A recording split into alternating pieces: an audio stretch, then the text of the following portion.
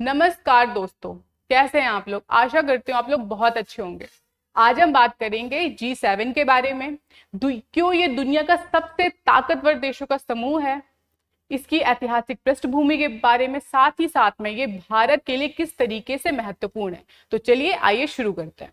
हम बात करेंगे कि G7 की, तो जो G7 है वो वैश्विक जीडीपी का लगभग 50% हिस्सा G7 के पास, जो उनकी कंट्रीज है उनके पास देखने को मिलता है। साथ ही साथ में भारत की बात करेंगे तो भारत इनकी पार्टनर कंट्री है। पार्टनर कंट्री के रूप में भारत ने यहाँ पे भाग लिया था।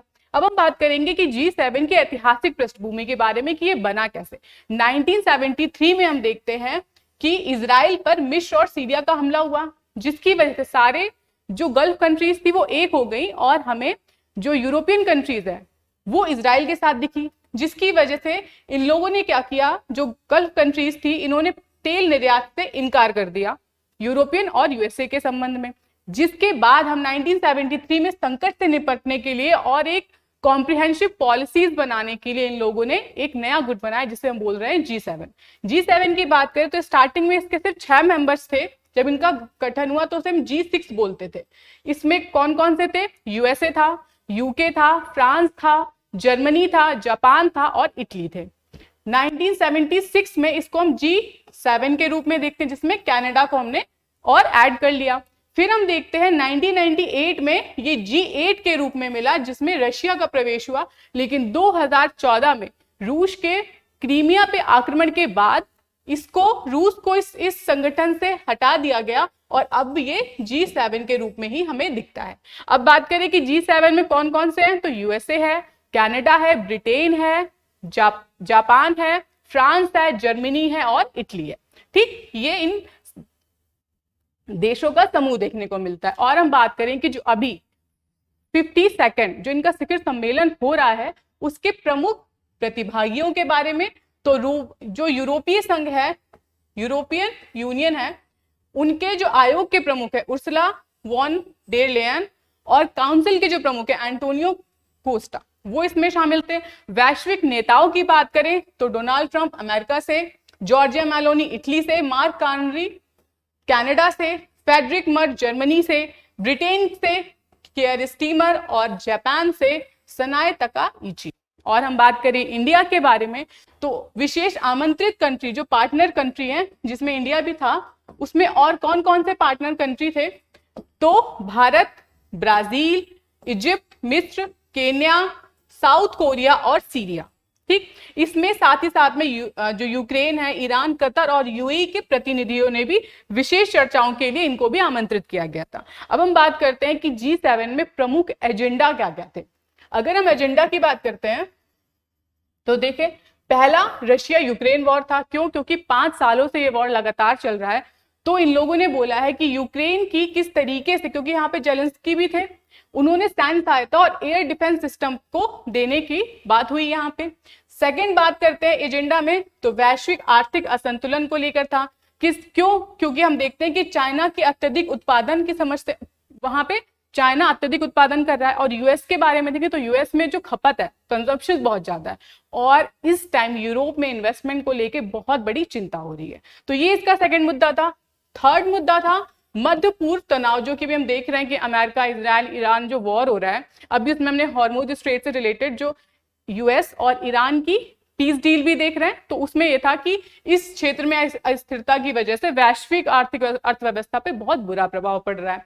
चौथी हम बात करेंगे आर्टिफिशियल इंटेलिजेंस की, कि भविष्य में, इसीलिए जो क्या बोलते हैं ओपन एआई है, उनके जो सीईओ हैं सैम ऑल्टमैन, उनको भी यहाँ पे बुलाया गया था कि एआई का आगे के लिए क्या फ्रेमवर्क हो, उसकी सुरक्षा को लेकर, बच्चों को लेकर कि किस तरीके से गाइडलाइन होनी चाहिए, उस बारे में भी बात हुई। ठीक है, फिर हम बात करते हैं कि स्वास्थ्य के बारे में क्या बात हुई है। तो इस टाइम क्या हो रहा है, अफ्रीका के कांगो और युगांडा में हमें इबोला वायरस का आउटब्रेक देखने को मिल रहा है। और सबसे बड़ी समस्या इसकी ये है, एक तो इसकी वैक्सीन नहीं है, दूसरा इसमें मृत्यु दर लगभग 99% हम देखने को मिल रही है। तो इस चीज में मुद्दे पे बात हुई। साथ में स्वास्थ्य सेवाओं और कैंसर के खिलाफ रोकथाम में वैश्विक सहयोग की बात हुई, और जो तीसरी बात हुई है वो विकास वित्त सहयोग की बात हुई। ये बहुत इंपॉर्टेंट है, क्यों? क्योंकि इसमें बोला गया है कि जो विकासशील देश हैं और जो कम आय वाले देश हैं उन पे जो लोन की समस्या बहुत ज्यादा बढ़ रही है, तो उसको किस तरीके से उसका निराकरण किया जा सकता है। हालांकि इसमें अभी कोई निष्कर्ष पे इसमें नहीं पहुंचा जा सका है। ठीक है, अब हम बात करेंगे इसमें कौन कौन से इश्यूज थे। हमने 4 एजेंडा की बात कर ली। इश्यूज की बात करें तो यूक्रेन रक्षा इनका एक इश्यू था, क्योंकि 5 साल से लगातार वॉर चल रही, इसलिए इन लोगों ने बोला है कि हम डायरेक्ट इनकी मदद हथियारों के रूप में नहीं, एयर डिफेंस सिस्टम इत्यादि रूप में इनकी मदद करेंगे। चौथी, रूसी अर्थव्यवस्था को और किस तरीके से और प्रतिबंध के माध्यम से इसको और कमजोर बनाया जाए। तीसरा, इन्होंने ईरान अमेरिका की जो डील हुई है उस बारे में बात हुई, किस तरीके से ये जो डील है ये मिडिल ईस्ट में शांति लाने का, और हार्मुज स्ट्रेट से जब फिर से ट्रेड शुरू होगा तो किस तरीके से ये वैश्विक अर्थव्यवस्था में बहुत ही महत्वपूर्ण योगदान रखेगी। चौथी बात हुई है अंतरराष्ट्रीय अपराध पर, इंटरनेशनल क्राइम्स पे बात हुई है। इसमें जो प्रवासियों की स्मगलिंग, ड्रग्स ट्रैफिकिंग आदि को बहुत ही महत्वपूर्ण मुद्दा बताया गया। अब हम बात करेंगे भारत की, कि भारत क्यों इतना इंपॉर्टेंट है इनके लिए, और भारत खुद वहां क्यों गया था। देखिए, भारत का जाने का मतलब था क्योंकि भारत राजनीतिक मुद्दों पे अपनी अच्छी छवि कि वो कितना स्ट्रॉन्ग स्टैंड रखता है, कोई भी अंतरराष्ट्रीय कोई भी वैश्विक राजनीति पे वो कितना स्टैंड रखता है, भारत की उपस्थिति ये दर्शाती। साथ में इन ये जो G7 कंट्रीज हैं वो भारत की गुट निरपेक्ष विरासत को देखकर, कि Bharat non align movement Bharat ने 1947 के बाद से अपनाया हुआ है, किसी भी गुट में शामिल नहीं है, वो वैश्विक शांति और वैश्विक हित की बात करता है। दूसरी बात करेंगे कि ग्लोबल साउथ का जो नेतृत्व है वो भारत द्वारा किया जा रहा है, इसलिए ग्लोबल साउथ की वॉइस के रूप में भारत हमें वहां जाने को मिला।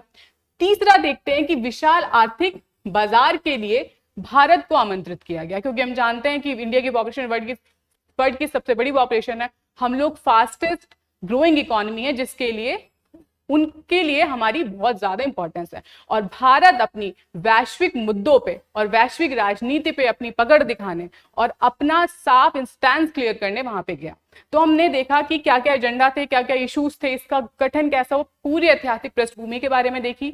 ये वीडियो आपको कैसा लगा हमारे कमेंट बॉक्स में जरूर साझा करें, वीडियो को लाइक करें, चैनल को सब्सक्राइब करें, और इसी तरीके के इंफॉर्मेटिव वीडियो के लिए GS वर्ल्ड के ऑनलाइन प्लेटफॉर्म से जुड़े रहें।